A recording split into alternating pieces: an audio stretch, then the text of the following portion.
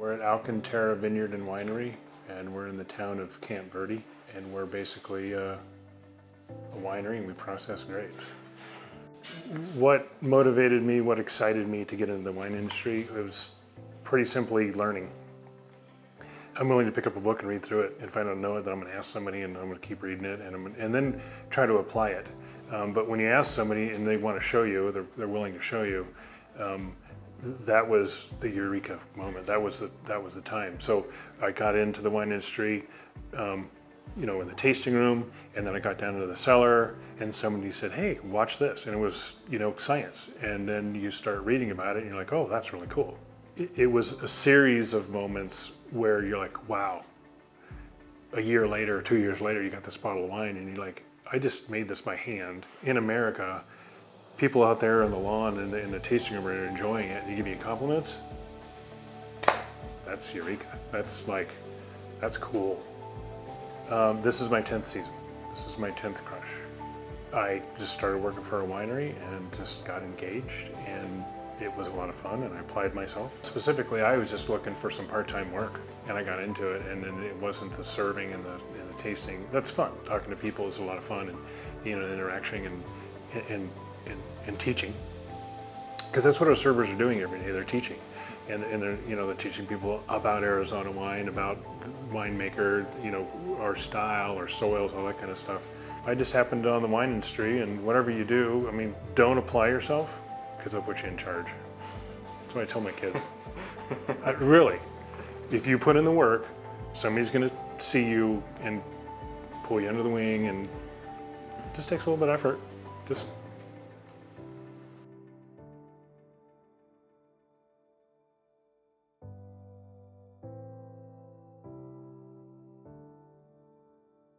what does my job entail? What do I do? Everything. I am the winemaker, and I also manage the vineyards, and then I manage the property. We have 87 acres here, and 35 employees at any one time of the year. How is S.T.E.A.M used here at Alcantara? We use all of that. Technology is pretty simple. You've got to keep the computers running. We have a POS system, that's point of sale, so when you're taking orders, be it for the restaurant, for the kitchen, ringing up our wine club, down in the cellar, keeping track of barrels and wine.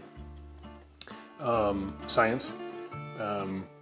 In the lab, when we make wine, you're taking the organics, you're taking the grapes, and you're turning into, you go from a grape or grape juice into fermentations, which is, you know, yeast and preservatives to keep the wine preserved so over time, in 2 or 3 or 4 years as you lay a bottle down. You want it to taste good in a few years. So the science, and that's, you know, some of the technology. You said engineering. Mm-hmm. Well, engineering is basically, can be looked at from what we've been building. We work with architects and engineers. The whole entire property is partially, so engineering from a land use is in floodplain. So we have to work with engineers to understand where the water is going to come up and what's it going to affect, if it's going to affect a building or if it's going to affect the grapes. And then we work with, we're putting in some new bathrooms out here, so we got to work with the architect and the engineer on septic. So engineering is where does all the waste go when you flush the toilet? And then where, you know, how are we going to build the building? We want, you know, 1 stall, or do you want 3 stalls? And then you have structural engineering is, you know, how do you build this without it falling down? And we work with the town of Camp Verde, and planning and zoning and the building department, community development, to get the site plans approved and so forth. Math, I believe S.T.E.A.M, we have M. We use math everywhere, mostly in the cellar.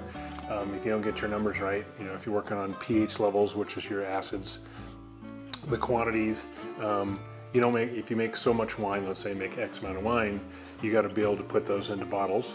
Well, then you have labels. So you don't want to order too many labels. You don't want to order too many bottles. You don't want to order too many corks. because that's overage and that's waste.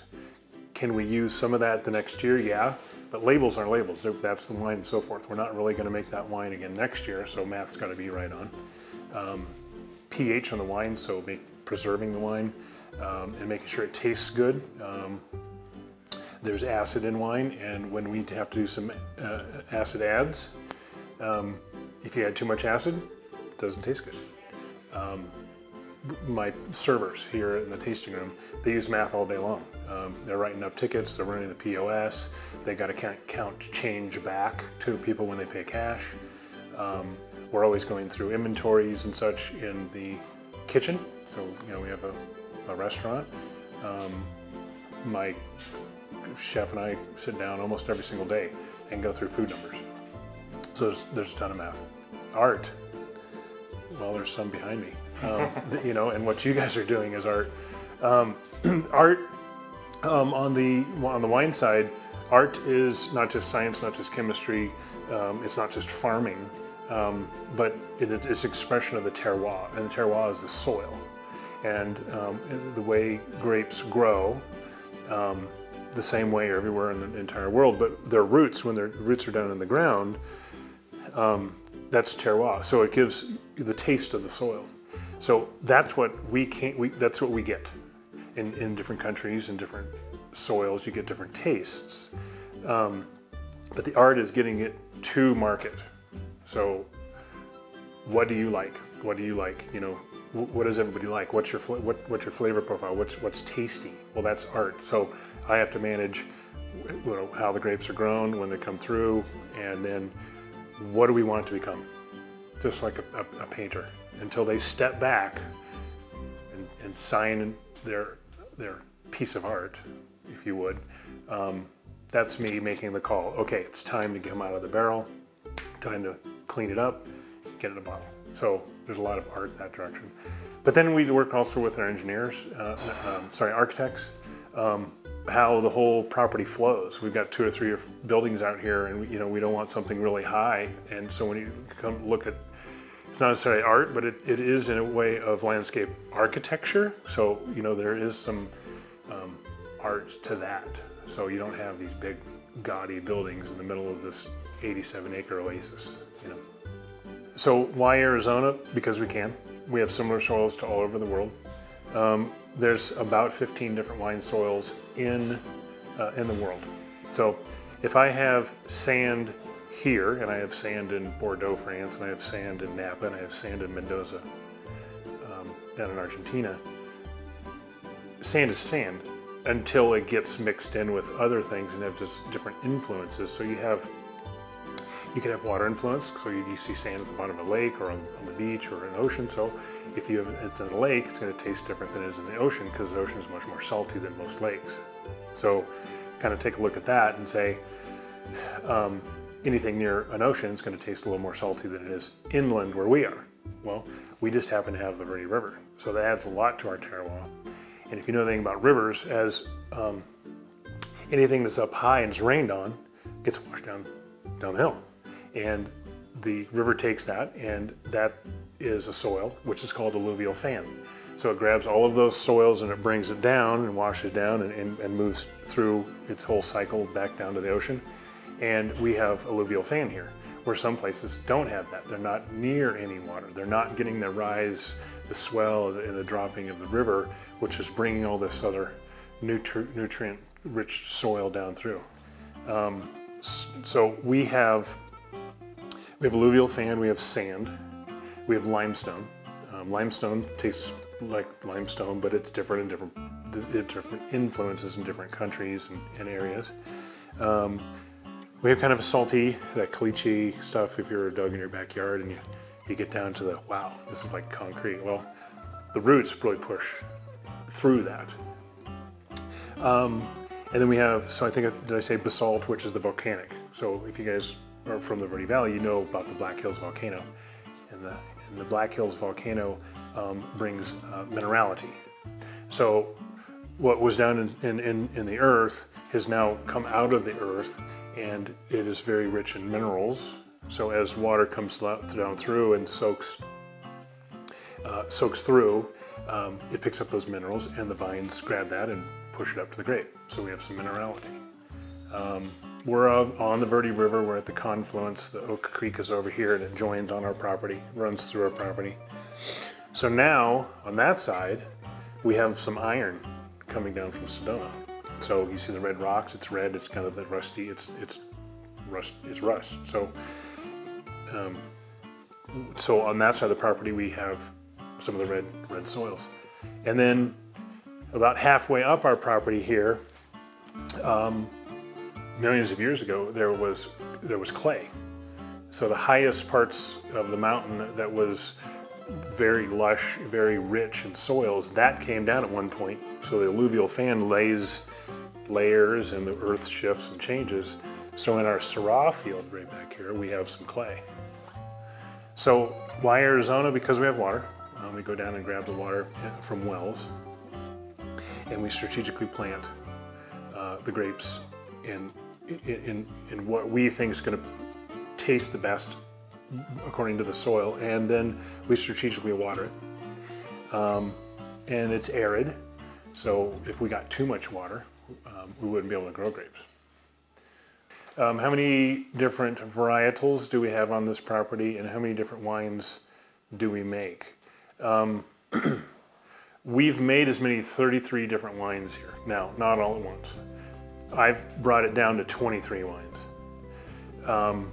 And on this property, we have 17 varietals.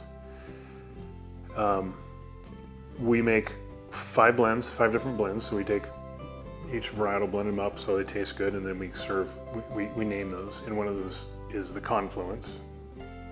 The other one is Grand Rouge, which kind of means big red. Then we have Mesa Blanca. So if you kind of look around at all the tops of the hills around here and such, you're going to get that blanched granite sand look to it. So that's one of our wines, and that's a white wine versus the big red, the Grand Rouge. The varietals we have on property are Marsanne, Roussanne, Viognier, Syrah, Petit Verdot. We have Merlot, Syrah, Sauvignon Blanc, Orange Muscat, Pinot Noir, Malbec, Petit Syrah, Cabernet Sauvignon, Pinot Grigio, Zinfandel, Charbono, and Sangiovese. So the soil is very important. Enophiles, which is a wine lover, someone who really is consumed by wine, studies it and regions and such, is going to come across the Verde Valley AVA, which is the American Viticulture area. And that's a designation that the federal government gives you. So anywhere you go in the world, there are, in the United States, there are AVAs. And we're Verde Valley AVA. In France, you have different domains. You've got rules and you've got areas carved out. And when you drink a wine from Bordeaux, you're going to know what that Syrah or that Cabernet is going to taste like, because it's been hundreds, if not sometimes thousands of years of that soil. You get to taste it. That Cabernet Sauvignon tastes like Cabernet Sauvignon, but it also tastes like the soil. So here, does it taste differently? Yeah, because of the soil. So we're more arid. So some of our bigger red wines like Syrah and Cab, Petit Syrah and Malbec, aren't as big as in mouthfeel than in other countries that have richer soil. So our soils can be blanched. It can be very dry and light soils, except when you get into like the Syrah with that clay, that's a heavier, more nutrient, heavy, big soil. So the Syrah here is pretty big. Then winemaker, so what I'm going to do with that, the style, and then wood. So wood plays a big role in it. Where a barrel comes from, back to soils and where that tree was grown. So if we have Minnesota wood, we have Kentucky wood, and we have 2 French forests, and then we have a Zemplin forest in Hungary, all of those forests taste different, which kind of sounds funny to people because you don't just grab a tree and you're not a beaver, you don't just go eat. But the influence of the terroir also shapes that. What's the difference between a wine grape and a table grape? So eating, when you go to the store and you get a bunch of grapes and you hand them to the kids and put them in their lunches and off to go, and right? There's a big difference between a wine grape and a table grape. Table grapes are about 10 to 12% sugar content, okay? So they're sweet, but when you get into a wine grape, 24, 25, 26%. So more than double or more. So in the science part of this is you yeast each sugar and makes ethanol, or a form of alcohol. If you use a table grape at 10% sugars, the yeast is going to eat all the sugars it possibly can and leave half that number in alcohol. So 10%, it's going to give you a wine that's 5% alcohol. So when we pick our grapes at 21, 22 for our white grapes, because we want lower alcohol after fermentation, you get into the reds, which are 24 or 25, sometimes 26. If you have that, let's say it's 26, you take half of that, that's 13. Now it's 13% alcohol. So more sugar yeast eats, the more alcohol.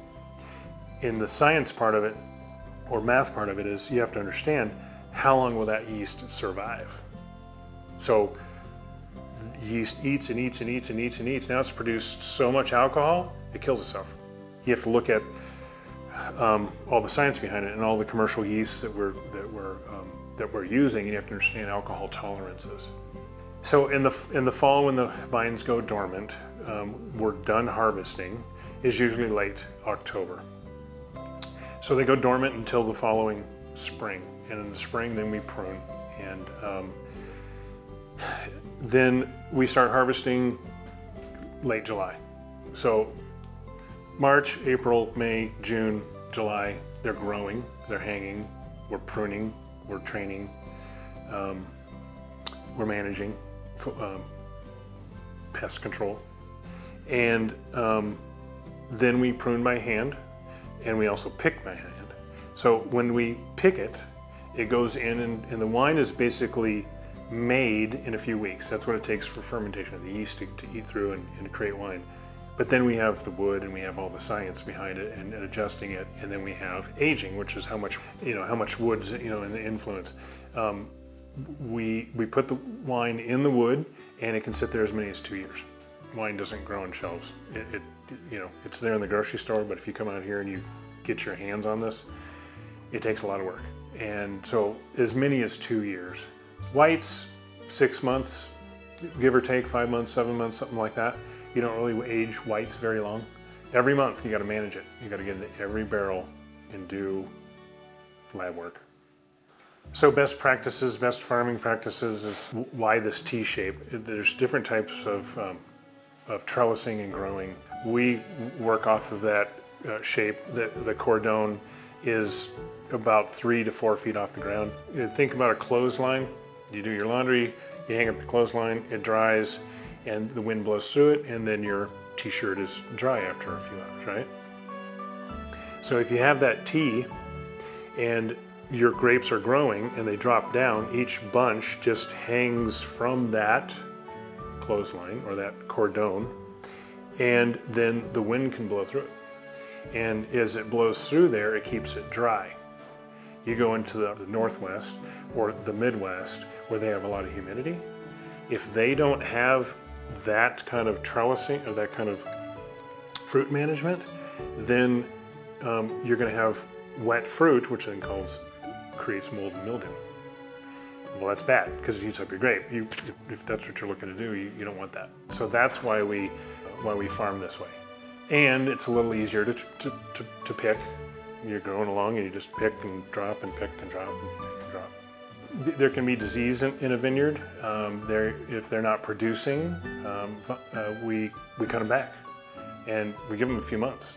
And if we cut them back and they don't take off again, then we're going to pull them out the next season and plant new ones. We lose a lot of vines. We got to plant more vines. Last year, we planted about 1,000 vines out here from just normal death. and that happens. It takes 3 to 5 years, so after we've replanted, 3 to 5 years, so you got to be patient again before you start getting grapes. Ours just now, after 15 years, are really the mature level that we're looking for, which produces great wine. We're producing good wine, but after a while, you know, then you've got a handle on it, and the vine's doing better. The grapes come out better. The life cycle, there's vines all around the world that are hundreds of years old. So if you have the right soil and you take care of them right, they'll grow. I could cut the vine down at the bottom every single year, it's going to grow. But I want some structure so it has something to hang and so forth. But you can cut vines back in your yard every single year, and we do. We prune all of these vines. A cool fact is when we're done pruning this property, which means at that cordon level, the cane grows, creates the canopy, so shade, you have the airflow. We cut all those canes back every March. We do over 800,000 cuts on this property. So think about your rose bushes you guys do at home, and it's like out, you know, and you got one and you're just mad at it. Well, we have like 20,000 vines, so we've kind of put a 800,000 cut number on this. And 5 or 6 of us do that every year. It takes a few weeks, but we get through it. When they're diseased, we toss them. We get them, they're gone. They go in the dumpster, they're out of here. We don't want that here. We don't want that disease here. Desert pests, they've lived here for thousands of years, and they will eat anything. We have leaf hoppers. We've got caterpillars, and when they're hungry, they can go through and destroy a whole entire row in an evening. A whole block in an evening. We have raccoons, and we catch them all the time, just stuffing their mouth when we come in. In the springtime, every time you get a new bud that comes out, it's nice and bright green and yummy, lots full of sugar. Deer comes in here, they can eat it whole. They'll just go through row after row after row. Best farming practices. So we have chemical companies that have organics, and then we developed, which is time tested, a fertilizer composted tea. So we compost. We then use that out in the vineyards in certain spots. And then we make a tea out of it. So you take it and you fill up a bag and you steep it in water, all the nutrients, but then also natural farming, natural organic pesticide. Some of the stuff that's out there that's like just harsh, we could spray it once or twice, but now we spray a dozen times.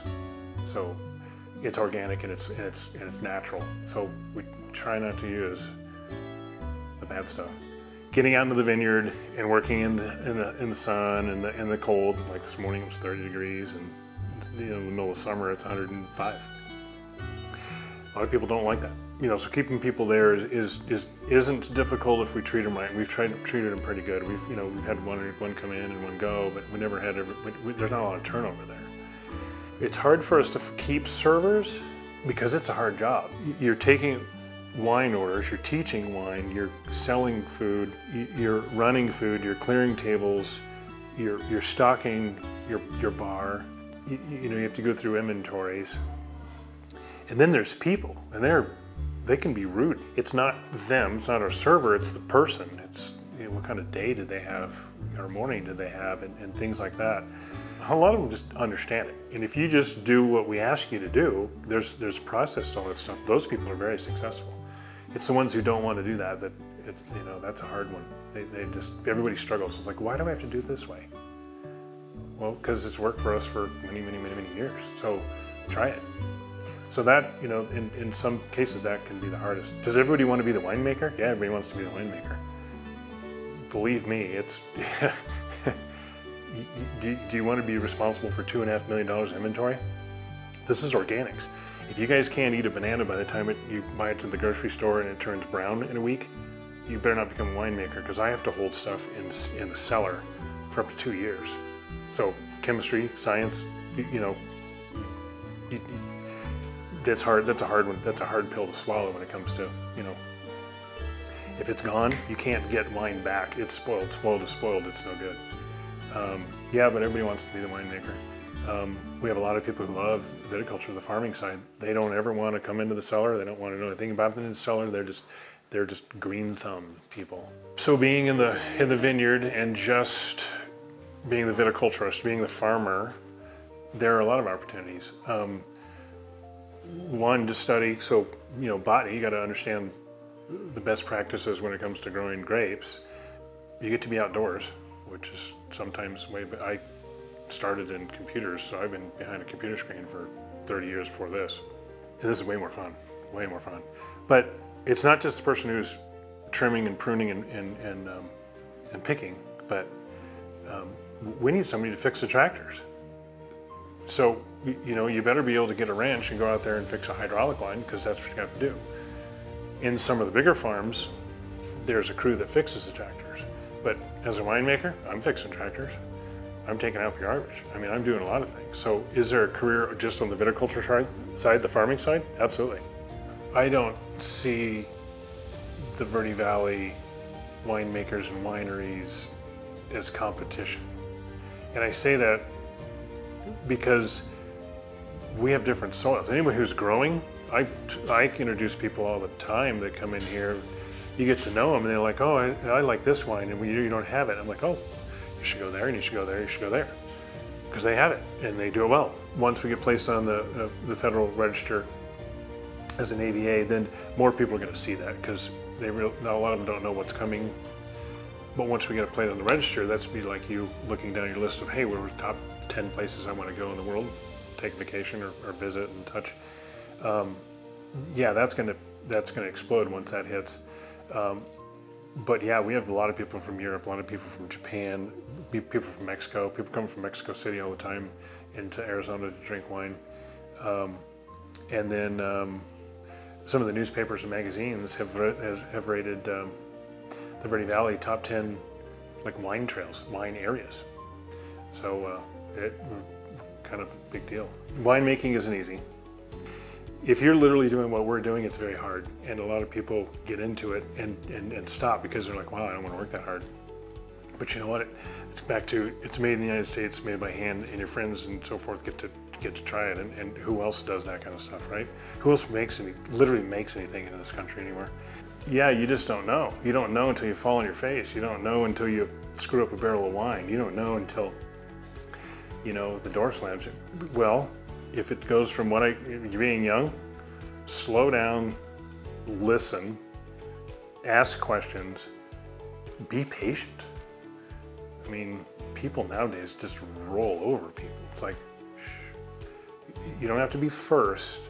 It's better to be right. Just slow down and listen. Listen to your employees, or listen to, you know, your boss, or listen to your parents and your teachers. And they're not just there for a paycheck. Your teachers are there they love this. It could be anything. It could be a viticulture or geography. They love it. They're passionate. Get into it.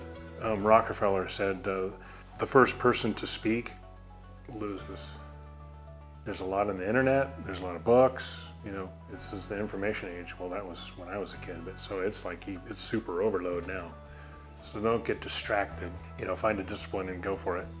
But man, watching others make mistakes, I've made the mistakes, learn from the mistakes. That's the key, learn from your mistakes. Whatever you do, it's all about education. You know, read, ask questions, do the internship. That's really the key. The Verde Valley is an awesome place. It's growing, and I think the people here are really want it to grow slow. If we just go slow and we think about things, back to the patience, and we, you know, do it the way we want to do it, then the wine industry is just going to grow, and there's going to be a ton of jobs.